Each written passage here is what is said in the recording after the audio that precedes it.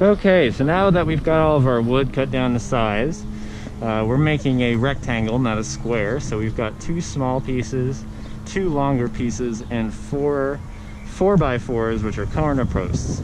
These are each 2x8s. They're 8 feet or 8 inches long, or from this side to this side, and not exactly sure how big they are this way, but the diameter of them, how thick they are, is about 2 inches. Now it's important to note that when you say a 2x4 or a 2x8, it's never going to be exactly 2 inches by 4 inches, or 2 inches by 8 inches, whatever they're telling you it is. It's not going to be exactly those dimensions. They've changed it a little bit. It used to be that the wood was exactly those dimensions, but now it's a fraction, you know, less, maybe even a 1/4 inch less on all sides. So if you look at you know, a larger lumber company, they'll usually tell you the exact dimensions.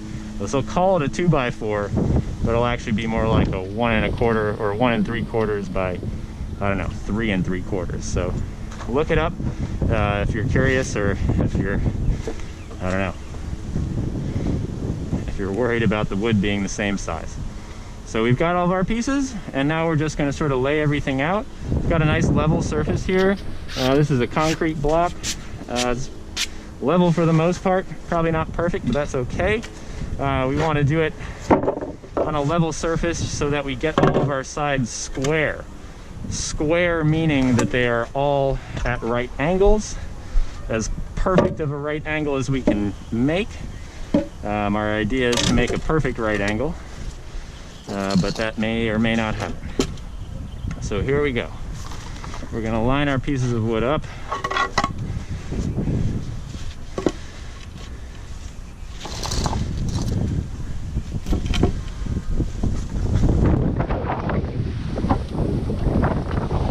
Just to make sure everything fits properly.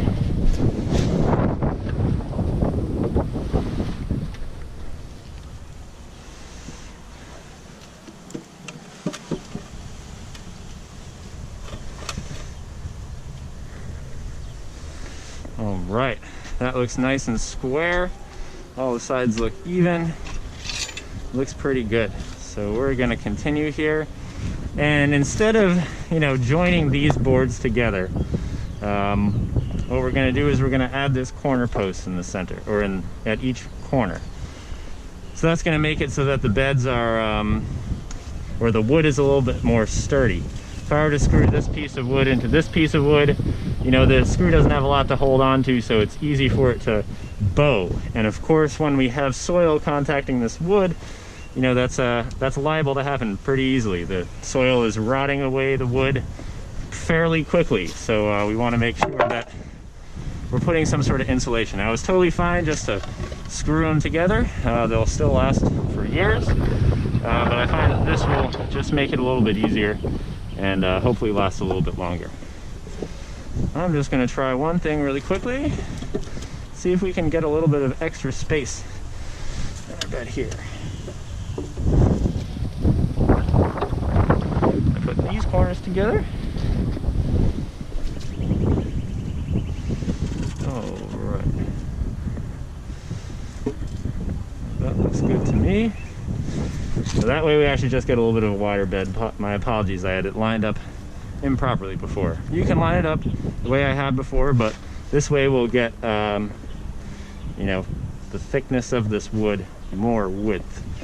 So that should be about 2 inches, but it's probably more like 1 3/4. So I'm going to lay out my posts. This is what it's going to look like when we fasten it all together. And what we've got here is a drill. This is a power drill. And typically you can use this just fine for this job. It'll work perfectly. However, I like to use an impact driver, especially when I'm drilling into these larger pieces of wood, because this has a little bit more torque. It's got more power. It'll drive that screw in, drive whatever fastener we're using in with a little bit more force, and that will prevent us from damaging our drill. We'll demonstrate using both, and may both just work perfectly fine. Let's see how it works. I'm using recycled wood here, so I'm actually going to flip this guy on the inside.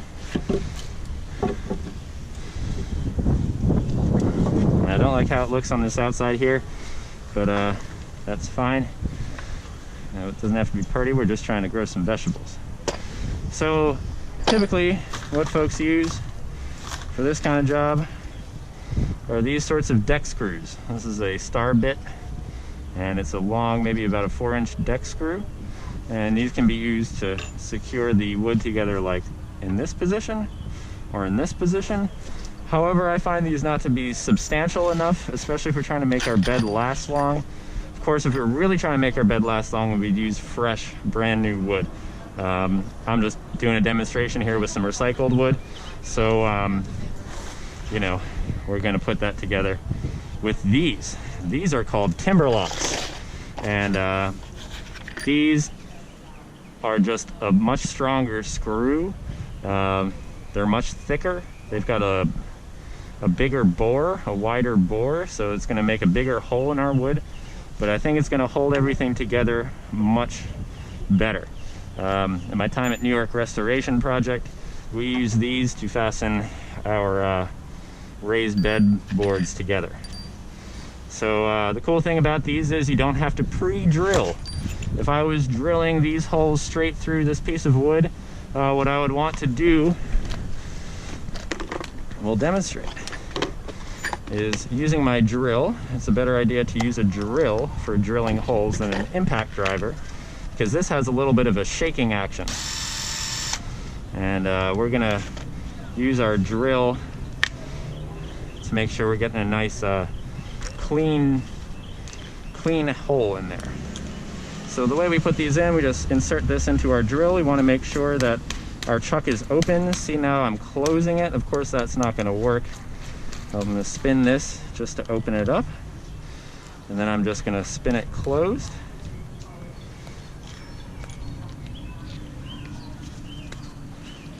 Something isn't right. I'm going the wrong way. Here we go.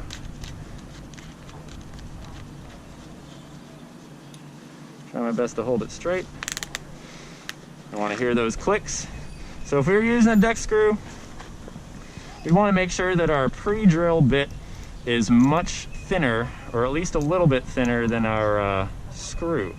This is a little bit thinner, but I'm not super happy with it. I would maybe opt for a thinner one if I could. A thinner one would be more easy to break inside the wood as we're drilling, but I think it'll make a snugger fasten if we use a smaller drill. But just for demonstration purposes, show you what it looks like to pre-drill a hole. We're going to end up using one of these fasteners, but we'll pre-drill anyway. So I'm going to use this. This, of course, is only going to get us through this first piece of wood. If you got a longer bit, that's great. I'm working with what I got here. So first, of course, let me put a battery on here.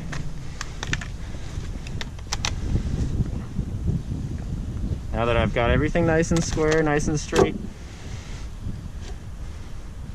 now I know that I can start drilling. So I'm going to try and put at least 3 fasteners in here on this side.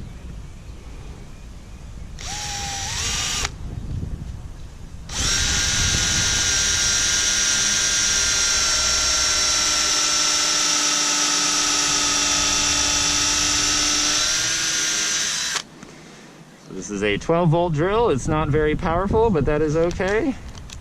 I'm going to take my pre-drill bit out and get my star bit out.